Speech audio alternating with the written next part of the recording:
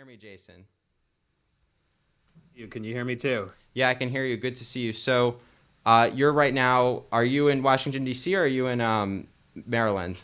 I made a last minute decision to come down to Washington, D.C. As soon as I finish with you here, I'm headed over to the Kamala Harris event at Howard University, and I'm looking at those same results as they roll in that you were just talking about. Yeah, nice. Thank you for joining us. A lot at stake here tonight in the election for both campaigns. A lot at stake in your home state. So I wanted to start with what's happening with youth voters. What are you seeing from these results? I know Nevada's Secretary of State talked a lot about what's going on with youth voters. What are you seeing happening with youth voters, and how is Together's message connected in this election?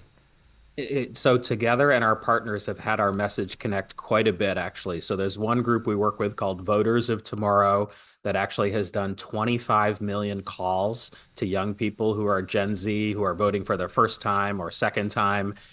Lots of get out the vote effort has been happening these past few weeks. And I'm happy to say that it's actually up. So young people voting is up 40%.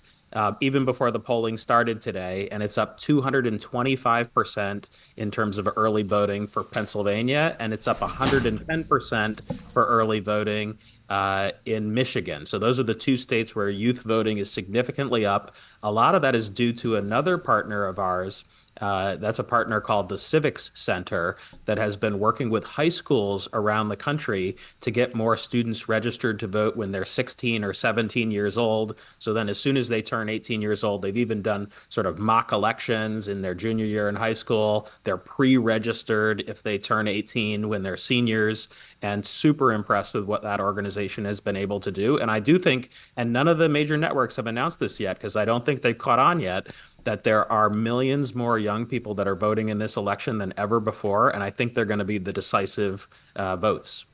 Yeah, and looking at that youth vote, there's been a lot of outreach from both campaigns. We were talking earlier on before you joined about the strategy of the Harris campaign. We were talking about how she's surprisingly, as the Democrats are usually the ones going for this sort of online strategy, she's been doing a lot of in-person door knocking, in person calling voter registration cards. What do you think the strategy of hers has been, and how has it connected with youth voters? Yeah, it's been multifaceted, and I think it's been covered in some outlets, but you really have to kind of look deeply. So as soon as Kamala took the lead and Joe Biden stepped back, they hired 200 influencers who are young people in their 20s who are experts in TikTok, Instagram, YouTube, and they started cranking out memes and they started cranking out videos. You probably remember the whole Kamala, did you just fall out of a Yeah, the coconut tree? coconut tree. Yeah. Exactly. Like that was those folks that were doing that. And over time they kept clipping more and more and more. And it was Kamala talking to influencers. It was actually getting influencers on board to promote and cross tweet things. And that has been substantial. Now that said, I think at the end of the day, we're going to find out that Kamala has a huge support among young women. And I do think Trump has a pretty strong support among young men. I don't know if I would say he's more than 50% of young men, but I think he's much closer when we look at the young Gen Z men. There's a lot of young men that actually find kind of the strong guy personality to be attractive to them. But there's also a lot of men that find the strong woman attractive these days too. And I'm really curious to see how those results come out. But overall, I think a million more young people will vote in this election than in the last one when we look at the detail. Yeah, really interesting to see. Some of the early voting numbers that came out Saturday from the Washington Post said that women are more likely to early vote. And obviously, there are millions of voters today. There are huge lines I'm hearing from Georgia. I know there's many college voters from colleges like University of Georgia, Emory there. How is Together helping to get out the vote in college campuses, if anything, or sort of the other organizations you're a part of? Yeah, sure. So lots. So Together has been helping on about 300 college campuses, mostly through two partners of ours. Vote.org is one of them. And then the other one is Her Campus Media. These are two organizations that work with young people all over the country. On every campus, there is kind of I would call it like a homegrown organization. Sometimes it's the Young Democrats. Sometimes it's actually out of the politics center or the government center, like at the University of Virginia, where I went to school. It's out of the UVA Center for Politics, and they created an organization called Whose Vote, whose vote we think got 1,000 more young people registered to vote. Partly this was during back to school when people came in and they were kind of unloading and getting into the dorms, getting them registered. But partly it was that they had multiple days in early October where they were letting people know, the registration deadline is coming up. It's coming up. Sign up here on the lawn. They also had an online tool that you could sign up online as well. Yes, certainly. So before I let you go, I want to talk about other races that yourself, along with Together, has endorsed. What are some candidates? I know we talked about, and I know I've actually gotten some fundraising emails from Together about the Dan Osborne campaign. Other than Yeah. that, what are some campaigns you guys are looking at? Yeah, well, you can go to our website at togetherpurple.org to see all 18 of them. And I want to tell all of your listeners that my organization endorsed 8 Democrats, 8 Republicans, and 2 independents. It was really important to us that we be bipartisan and a purple organization because we were all about bringing the nation back together after this election is over.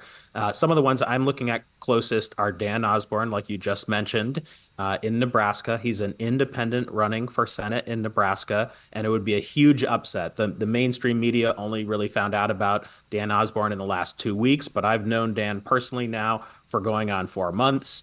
I would also point to Michelle Vallejo, who is actually in South Texas.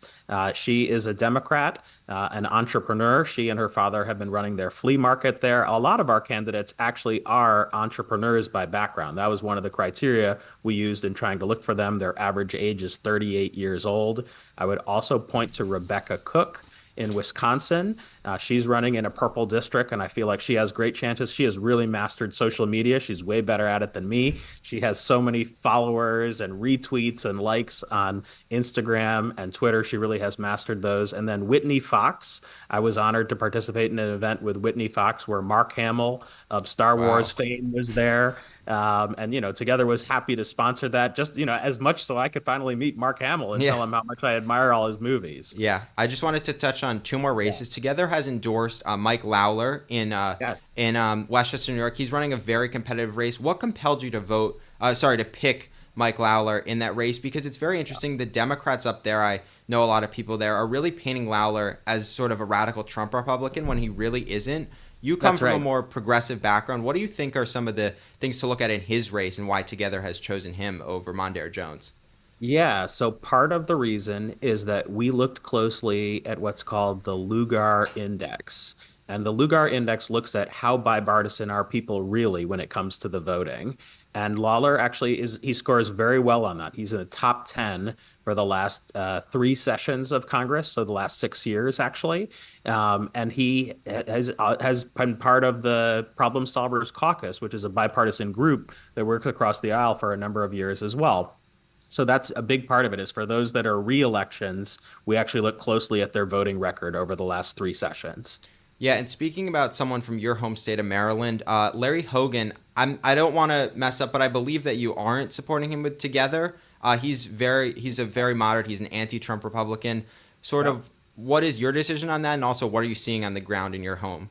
Yeah, I'm happy to share with you because I'm a little bit different than all the other politicians that might kind of give you the Yeah. the shimmy here. So I voted for Larry Hogan in 2018 when he ran for governor, and I think he was an exceptional governor for Maryland. I also voted for Wes Moore, who's a Democrat, who's a friend and a great governor who's followed Larry Hogan. And I have endorsed personally Angela Also Brooks for the Senate race against Larry Hogan. Now, that's a tough call. Those are two good candidates, actually. And in the end, I went for Angela because I think it's very important that she has this background in sort of like Kamala. She has been an attorney and she comes from the judicial side of the house. Thank you for that. And is there anything else you'd like to say? Anything going forward for Together? Any other elections you're looking at tonight in this last couple of minutes here? Yeah, actually, the one I want to do a shout out for is Luisa Quaya in American Samoa. You probably know if you've even heard of me Yeah. before, it's because I'm the guy who won in American Samoa and beat Joe Biden. And we have done about $1,000 of advertising for Luisa Quaya in American Samoa, and she has gone quite viral. She has got a couple major endorsements from both pop stars and models and people who are actually athletes as well. And The American Samoa has had a Republican representative in Congress. They have an at-large representative for more than a decade now. But I think you may see Luisa Quaya score an upset here, and if she does, it's because of the help that we've been providing pretty significantly. And all the other races, I think, were a marginal effect. Maybe we're helping get them 1,000, 2,000 more votes. But in American Samoa, if you just get 7 or 8,000 votes, you win. Yeah. So there it could really be decisive. Now, if any of the other races are within 1,000 or 2,000 votes, we'll take our credit too. Yeah, so thank you very much, Jason Palmer of Together, former Democratic presidential candidate. Thank you, Jason, and good luck with your campaign, not your campaign, but the campaigns, multiple you're looking at, Democrats and Republicans. And thank you all for joining us here on our election night coverage. Thank you very much, Jason. Have a good rest of your evening. Thank you. Great seeing you again, and keep up the great work. Yep, good to see you. Thank you very much.